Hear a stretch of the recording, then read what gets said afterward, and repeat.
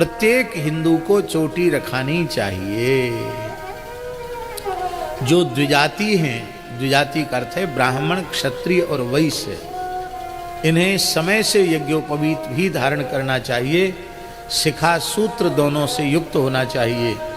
बाकी हिंदू मात्र को शिखाधारी होना चाहिए। शूद्र अंत्यज, उनको भी शिखा अवश्य धारण करनी चाहिए। श्री मनु जी महाराज ने कहा, सदोपवीतिना भाव्यम सदा बद्ध शिखेन च।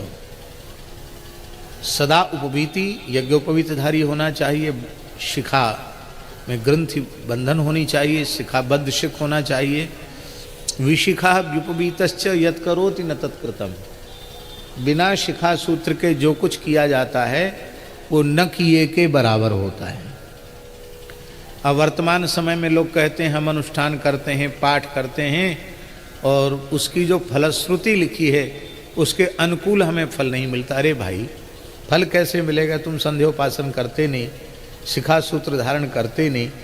जो उस अनुष्ठान की विधि है उस विधि का पूरा निर्वाह नहीं करते तो कैसे होगा?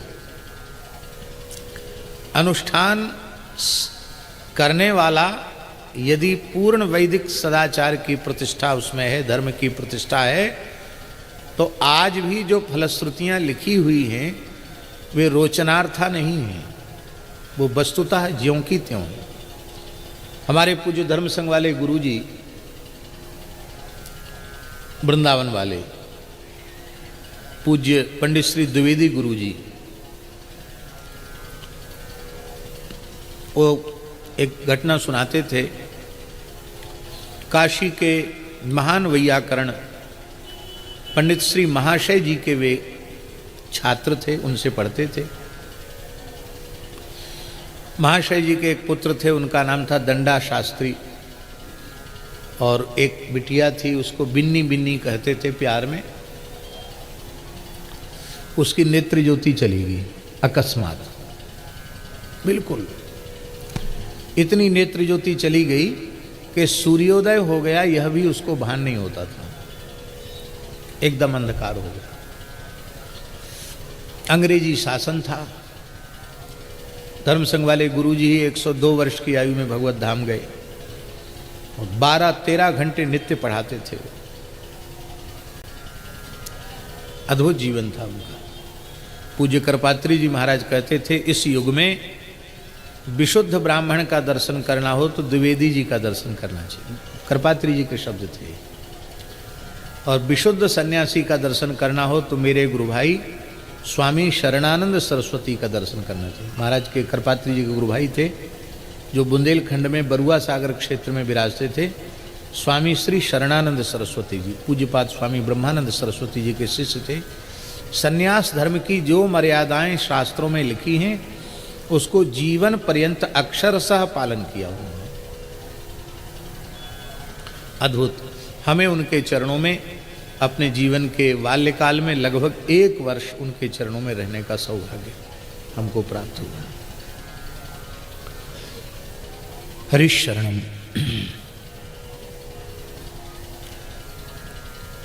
तो गुरुजी कहते थे कि हम लोग, महाशय जी का मन नहीं था कि किसी अंग्रेजी डॉक्टर को दिखाएं। वैद्यों ने हाथ खड़े कर दिए कि अब कुछ नहीं हो सकता। तो एक जर्मनी डॉक्टर था, जर्मन का डॉक्टर था, अंग्रेजी शासन था उस समय, तो उस डॉक्टर को दिखाने गए। उसने परीक्षण किया और बोले अब जीवन में कभी इसको दृष्टि नहीं आ सकती किसी भी प्रकार से। आज तो बहुत उन्नत भी हो गया है विज्ञान शल्य चिकित्सा का, उस समय उतना उन्नत भी नहीं था। बोले अब संभव नहीं है। हाँ, इसकी पीड़ा न हो, इसको इसकी औषधि दे करके इसको ठीक रखा जा सकता है, ठीक नहीं होगी। निराश होके चले आए। महाशय जी की गृहिणी रोने लगी, ये बिटिया है, कन्या है, अंधी है, अब क्या होगा इसका, बहुत चिंता। रोने लगी। माताओं में ममता होती है। डॉक्टर ने हाथ खड़े कर लिए, अब क्या होगा। तो महाशय जी बोले कि नेत्र के अधिष्ठात्र देवता भगवान सूर्य हैं। कोई ब्राह्मण, तपस्वी ब्राह्मण निष्ठापूर्वक यदि सूर्योपासन करे तो इसको दृष्टि आ जाएगी। तो गुरुजी कहते कि हमने कहा कि गुरुजी हम त्रिकाल संध्योपासन करते हैं, 1 सहस्त्र गायत्री नित्य जपते हैं, हमारी गुरुपुत्री है, हम करेंगे अनुष्ठान, आप बताइए। तो पंडित श्री महाशय जी ने 41 दिन का अनुष्ठान बताया। बड़ा कठिन अनुष्ठान था।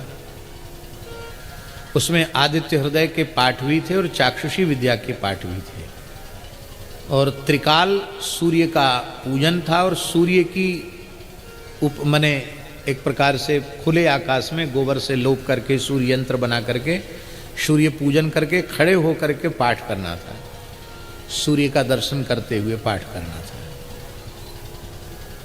तो गुरुजी कहते कि हम लगे अनुष्ठान में। तो सवेरे का पाठ 3 टाइम में पाठ करते थे, 3 टाइम सूर्य का पूजन, प्रातः सूर्योदय, उदयकालीन सूर्य का, मध्याह्नकालीन सूर्य का और अस्ताचलगामी सूर्य का, तीनों समय पूजन, तीनों समय पाठ करते थे।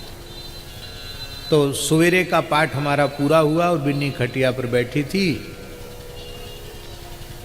बोले भैया तुम्हारा पाठ बहुत अच्छा लग रहा है, क्या सूर्योदय हो गया क्या? अरे इसको तो दिखता नहीं था, कैसे दिखने लग गया? कहाँ बहन दिख रहा है? बोले हाँ। तो मैं कौन हूँ? तो बताए द्विवेदी भैया हो।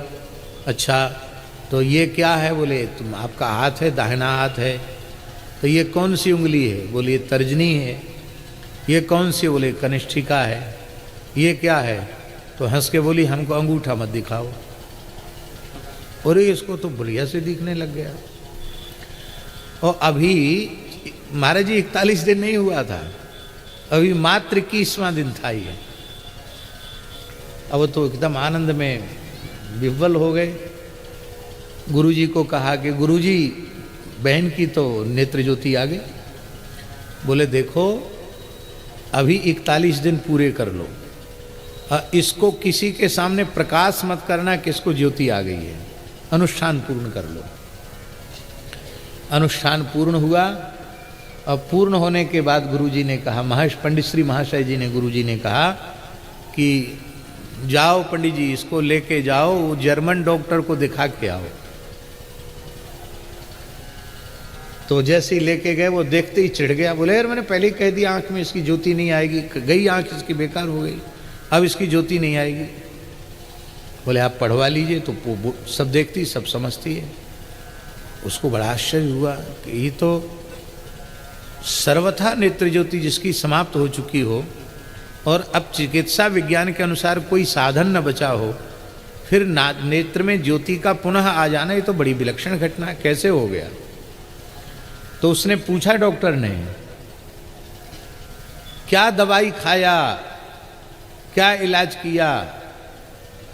तो बोले न कोई दवाई खाया न कोई इलाज किया, हमारे गुरुजी हैं उन्होंने एक अनुष्ठान बताया था उससे हुआ। तब उसको समझ में आया कि भारतीय मंत्रों में उपासना में कितनी शक्ति है। बोला हमको गुरुजी का दर्शन हो सकता है क्या? आपके गुरुजी का दर्शन?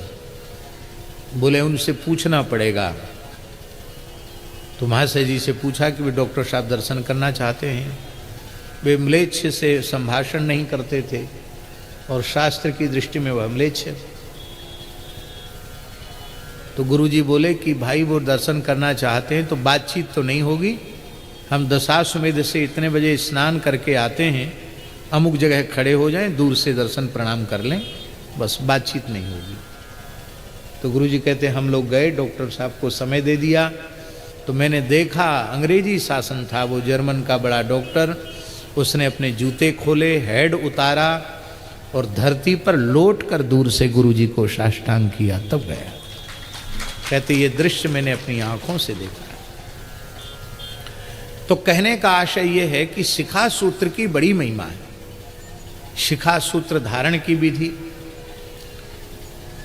अब आप लोग एक प्रश्न कर सकते हैं कि भगवान आद्य शंकराचार्य की परंपरा में जो दंड संन्यास है अथवा संन्यास की दीक्षा है, उसमें शिखा सूत्र का विसर्जन भी होता है। कर्म का प्रतीक होने से उसका विसर्जन होता है। तो जैसे शिखा सूत्र की शास्त्रीय धारण की विधि है, ऐसे ही शिखा सूत्र के शास्त्रीय त्याग की भी विधि है। इसे तस्मात् शास्त्रम प्रमाणम ते कार्या कार्य व्यवस्थित हो, शास्त्र की मर्यादा में स्थित होकर के कार्य करना चाहिए। हम लोग जो वैष्णव संन्यास है उसमें शिखा सूत्र का त्याग नहीं है, क्योंकि भगवत सेवा करनी है, अग्नि का स्पर्श भी करना है, भगवान की संपूर्ण श्याम सेवा करनी है।